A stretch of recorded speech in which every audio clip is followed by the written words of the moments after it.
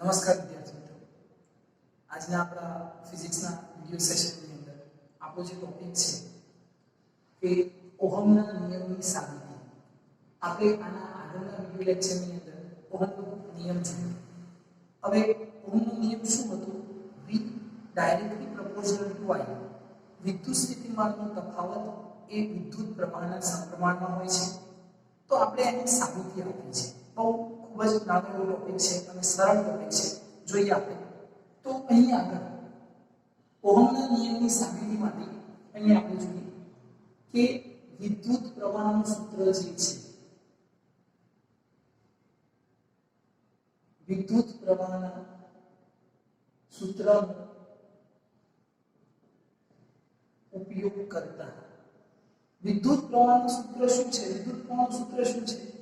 તો I is equal to minus NEA VD. આ drift વેગ છે.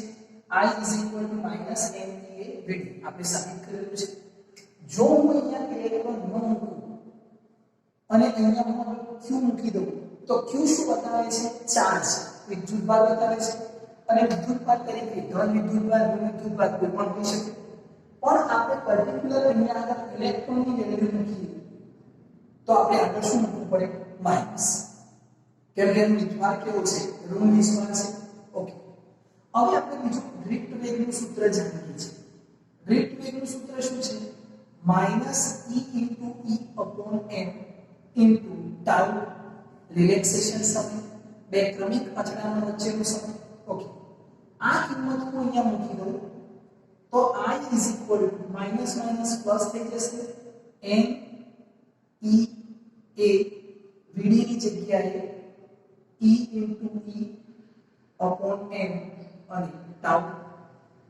ઓકે, આનો ફોર્મ્યુલા શું થશે? I is equal to E square n E square a n E square a tau અને નીચે m.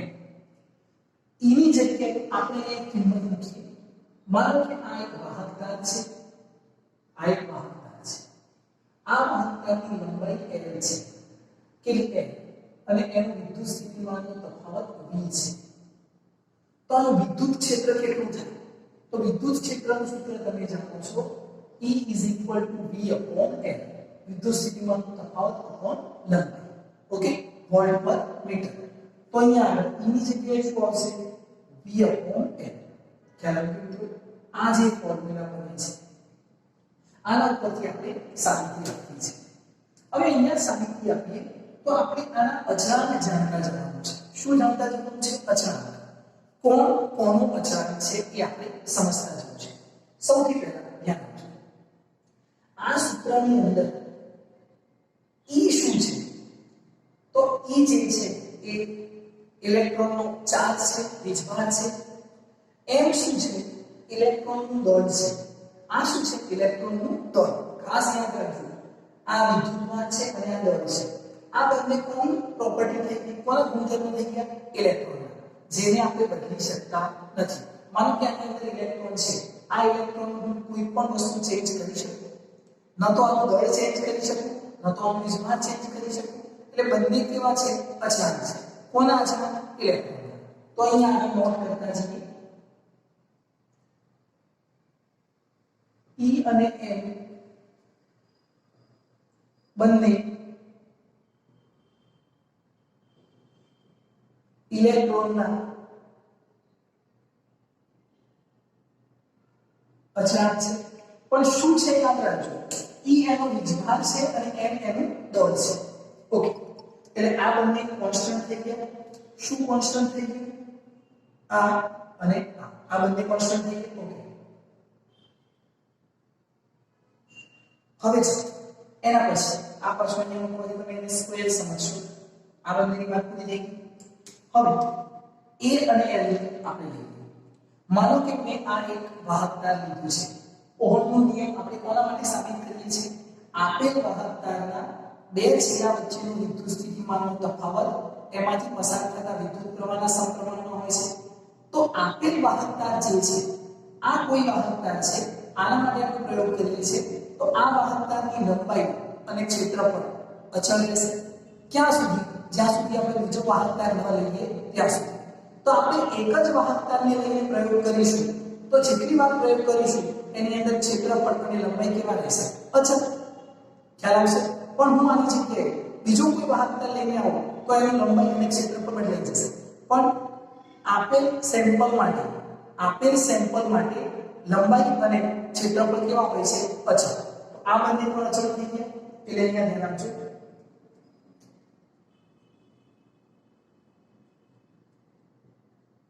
આપેલા વાહકતાર માટે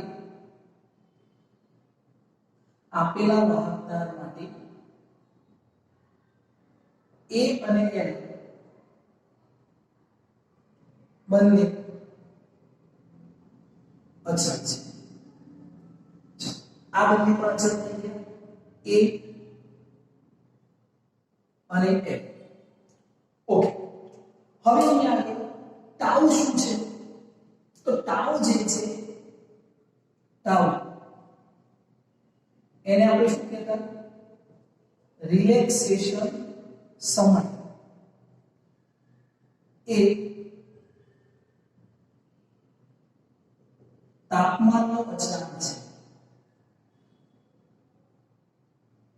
કોનો અચળાંક છે તાપમાન કેવી રીતે તાપમાનનો અચળાંક તાપમાન વધારવાથી આની અંદર રહેલા ઇલેક્ટ્રોનની ઝડપ વધી જાય છે માનો કે ઇલેક્ટ્રોન આની અંદર છે બહારથી તાપમાન વધારીએ એની ઝડપ વધી જાય છે ઝડપ વધવાથી આ ઇલેક્ટ્રોન અહીંયા રહેલા ઇલેક્ટ્રોન સાથે 5 સેકન્ડ બાદ અથડામણ અનુભવતો હતો તો રિલેક્સેશન સમય કેટલો 5 સેકન્ડ પણ તાપમાન વધવાથી સ્પીડ વધી ગઈ હવે 3 સેકન્ડની અંદર એની જોડે અથડામણ અનુભવે છે તો તાપમાન વધવાથી રિલેક્સેશન સાથ કેવો થઈ જાય છે ઘટી જાય છે પણ તાપમાન આપણે અચળ કરી દઈએ માનો કે હું અહીંયા પ્રેક્ટિકલ કરું છું અને આ વખતે પ્રેક્ટિકલ કરતી વખતે મેં રૂમ ટેમ્પરેચર કેવું કરી દીધું કોન્સ્ટન્ટ અચળ તાપમાને પ્રયોગ કરીએ જો તાપમાન અચળ થઈ ગયું તો ટાઈમ પણ કેવો થઈ ગયો અચળ એટલે ટાઉ રિલેક્સેશન સમય એ તાપમાન શું છે અચળ તો આપણે એને પણ અચળ કરીએ કેમ તો આપણે રૂમ ટેમ્પરેચર પર પ્રયોગ કરીએ છીએ ઓકે હવે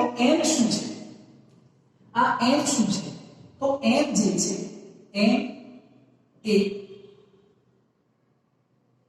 એકમ કદ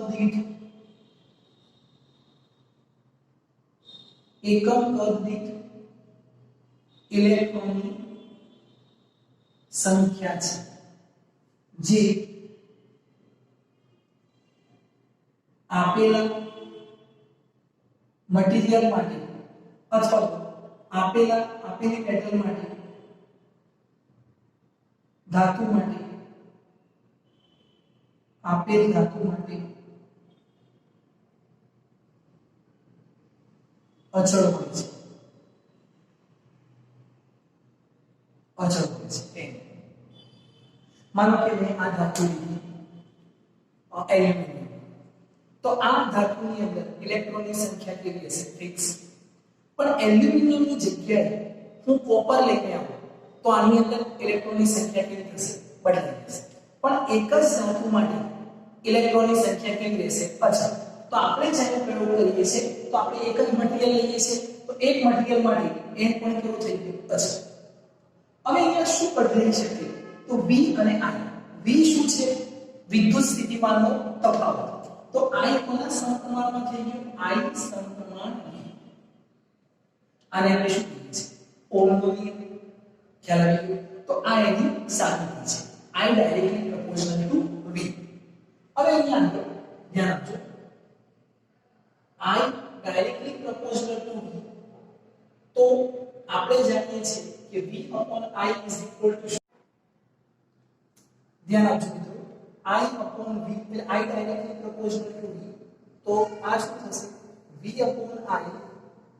upon I is equal to R okay હવે અહીંયા આગળ V upon I is equal to R અહીંયાથી હું જો આ V છે એની નીચે I ને લાવી દઉં તો મને આ વેલ્યુ શું મળશે V ના છેદમાં I લાવો તો અહીંયા જતું રહેશે તો V upon I is equal to m into L n e square a into tau into V n e square a into tau into v. Okay, પણ v upon I બરાબર શું થાય? r. તો r બરાબર શું મળી ગયું મને? n into l n e square a tau into v. આ વેલ્યુ મળી ગઈ. આને આપણે કહીએ છીએ અવરોધ r ની કિંમત. આના ઉપરથી આપણને એ ખ્યાલ આવે કે અવરોધ r કોના ઉપર આધાર રાખે છે? અવરોધ r કોના ઉપર આધાર રાખશે?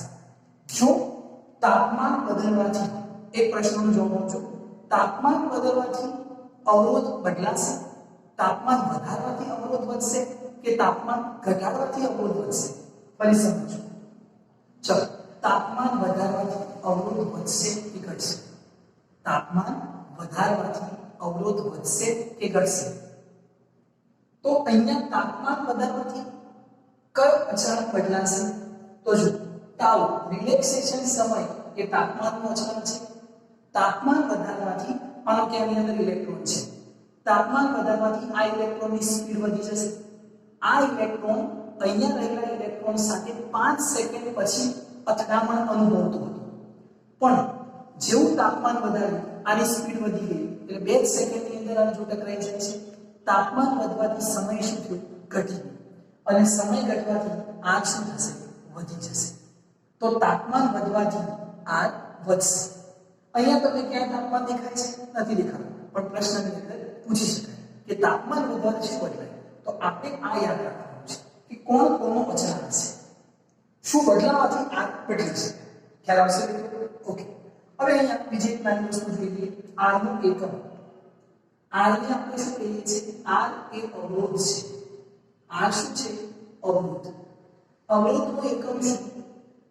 તો ધ્યાન આપજો, અવરોધ r નો એકમ આપણે એને ઓહમ કહીએ છીએ. શું કહીશું? ઓહમ. અને એનો સિમ્બોલ જે છે, એનો સિમ્બોલ જે છે આ સિમ્બોલ છે. અવરોધ r નો એકમ ઓહમ અને આનો સિમ્બોલ છે. ખ્યાલ આવશે? તો આ તમારે યાદ રાખવાનું છે, સમજવાનું છે, અને એક્ઝામની અંદર માટે ક્યાં પૂછી નથી શકાતું, બુકની અંદર નથી, પણ ખૂબ જ જરૂરી છે. કેવી રીતે? તમે અહીંયા જોયું, બરાબર છે, કે કોણ કોનો અચળાંક છે. યાદ રાખજો અને નોટબુકની અંદર